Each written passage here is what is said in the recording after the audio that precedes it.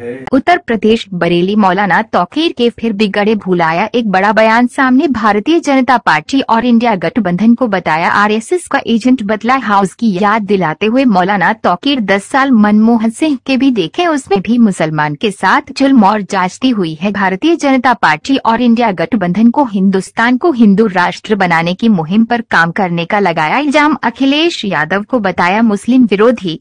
रामपुर में आजम खान पर इतने कैसे लगने पर जिम्मेदार अखिलेश यादव को बताते हुए और मुरादाबाद में एसटी हसन को न देकर किसी बाहरी प्रत्याशी को लोकसभा का टिकट देकर अखिलेश यादव ने भी क्लियर कर दिया है कि अखिलेश यादव रुपए की गाइडलाइन पर चल रहे हैं। हिंदुस्तान में कहां से कौन कौन सा कैंडिडेट लड़ेगा ये आरएसएस तय कर रही है, नहीं कि इंडिया गठबंधन। अखिलेश या राहुल। मौलाना तौकीर ने बताया केंद्र सरकार और पुलिस मेरे पीछे पड़ी हुई है, अगर मैं गिरफ्तार नहीं हुआ तो रामपुर के लोकसभा इलेक्शन में पूरी तरह से प्रचार करूंगा। Bureau report SP Rana.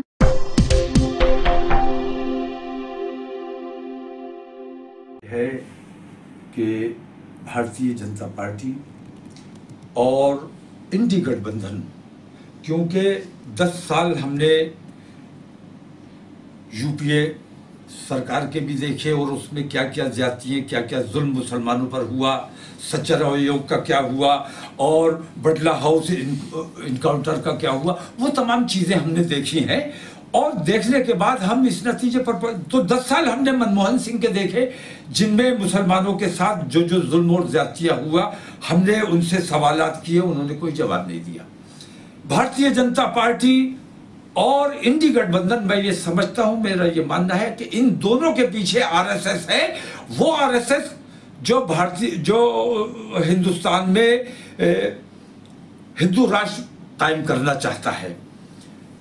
Akhilesh Yadav का मुस्लिम विरोधी चेहरा पूरी तरह सामने आ चुका है। उन्होंने जिस तरह रामपुर में काम किया है, जिस तरह उन्होंने मुरादाबाद में काम किया है, मैं ये समझता हूं और मुझे पूरा यकीन है कि आरएसएस बाकायदा हैंडल कर रही है उनको। उत्तर प्रदेश में कहां से कौन उम्मीदवार रहना चाहिए, ये आरएसएस तय कर रही है समाजवादी पार्टी अखिलेश यादव की तरफ से।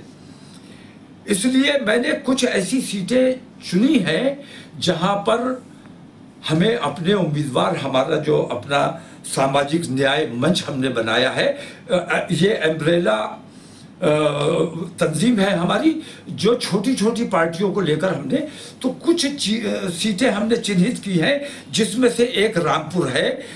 महमूद पराचा साहब को हमने वहां उम्मीदवार बनाया है। मैं अपनी बीमारी की वजह से, हॉस्पिटल में होने की वजह से मैं महमूद पराचा साहब के नॉमिनेशन में नहीं पहुंच सका, लेकिन मैं अब हॉस्पिटल से बाहर आ गया हूं। हॉस्पिटल ने मुझे अगरचे कंप्लीट बेड रेस्ट कहा है, लेकिन ये बहुत अहम इलेक्शन है।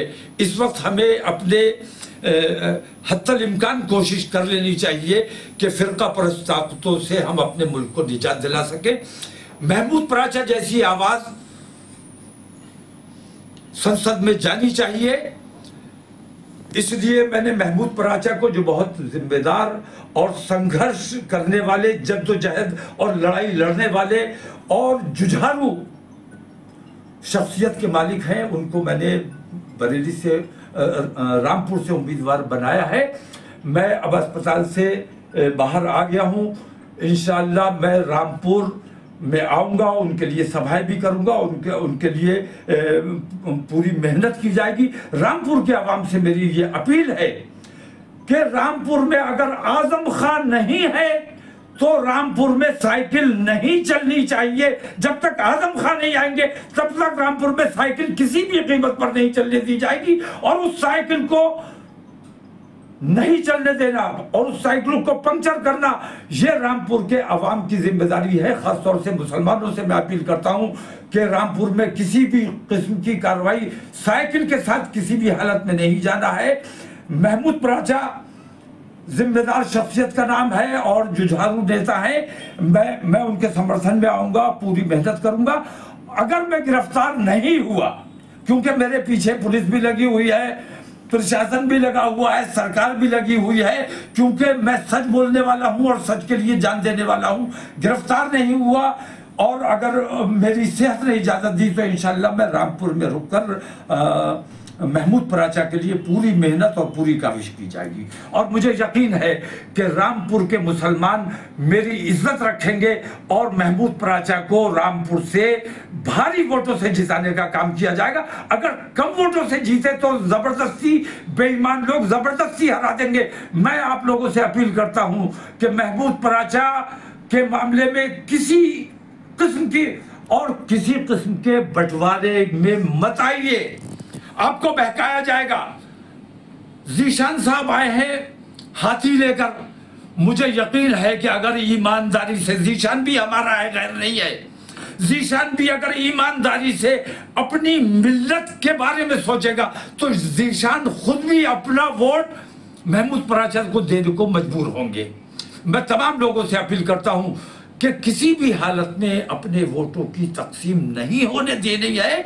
और इंशाल्लाह इसमें हम तमाम दबे कुचले लोगों की बात करते हैं, इसमें दलित और ओबीसी ये तमाम लोग और सिख समाज के लोग तमाम महमूद पराचा साहब के साथ खड़े होंगे, मैं खड़ा होऊंगा।